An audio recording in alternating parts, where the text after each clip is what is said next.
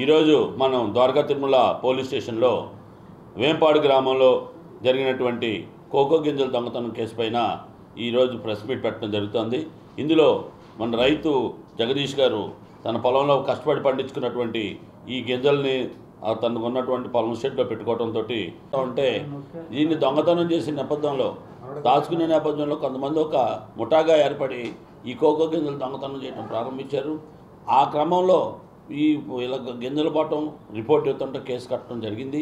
ఈ కేసు కట్టిన దర్యాప్తులో భాగంగా మన ద్వారకా తిరుమల ఎస్ఐ గారు ఈ ముద్దాయిలైనటువంటి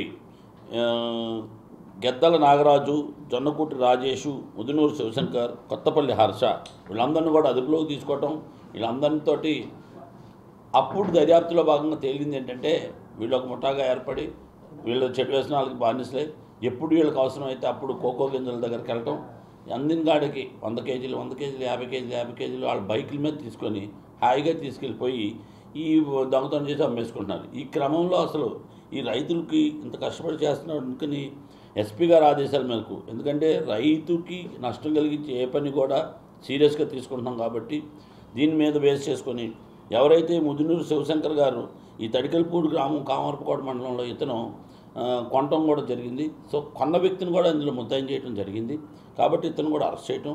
అదేవిధంగా ఈ ప్రాపర్టీ అంతా కూడా మొత్తంగా చూస్తే మనం ఇప్పటివరకు కూడా 430 కేజీల కోకో గింజలని స్వాధీనపరచుకోవటం, దానికి వాళ్ళు తీసుకెళ్ళడానికి వాడినటువంటి 2 బైకులు కూడా స్వాధీనపరచుకోవటం, బజాజ్ పల్సర్ బైకులతో చేయడంతో స్వాధీనపరచుకోవడం జరిగింది. ముఖ్యంగా చెప్పగలిగేది ఏంటంటే రైతు పండించే పొలంలో కానీ అదేవిధంగా రైతుని యొక్క వీళ్ళు ఎలాంటి తయారంటే అక్కడ తలుపులు బద్దలు కొట్టడంతో పాటు అక్కడ గింజలు పట్టుకెళ్ళటం, వీళ్ళుంటే అక్కడ వెళ్తున్నప్పుడు ఈ ముఖ్యంగా ఇవన్నీ కూడా అంతర పంటలాగా ఉంటాయి. సో ఏదైతే పామాయిల్లోకి వెళ్ళి అక్కడ ఉన్న వైర్లు కూడా కట్ చేసిపోతాం, కొంతమంది ఈ పామాయిల్ పెట్టినటువంటి ఈ వైర్లు కూడా దొంగతనం జరుగుతూ ఉండటం కూడా జరుగుతుంది.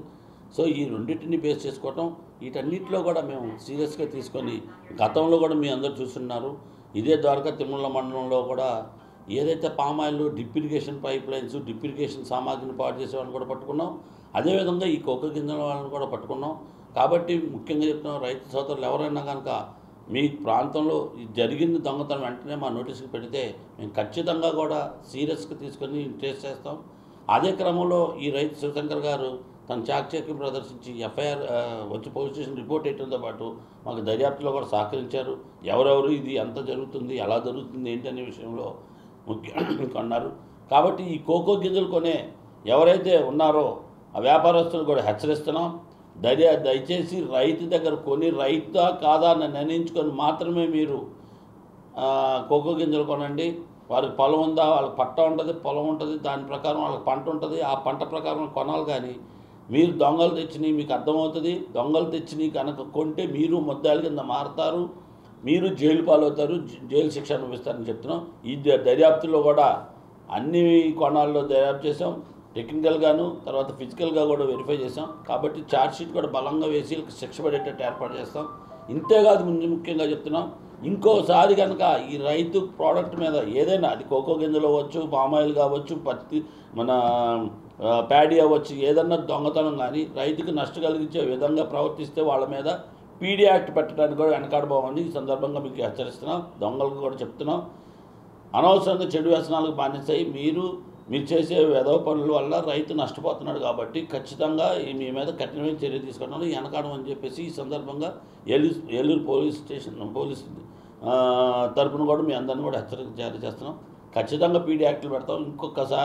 ఇంకొక కేసు కనుక జరిగితే మాత్రం రైతు ప్రోడక్ట్ను దొంగతనం చేయడానికి అంత ప్రయత్నం చేసిన ప్రతి ఒక్కరి మీద కఠినమైన చర్యలు తీసుకోవడంలో వెనకాడమని చెప్పి ఈ సందర్భంగా మీకు తెలియజేస్తున్నాం.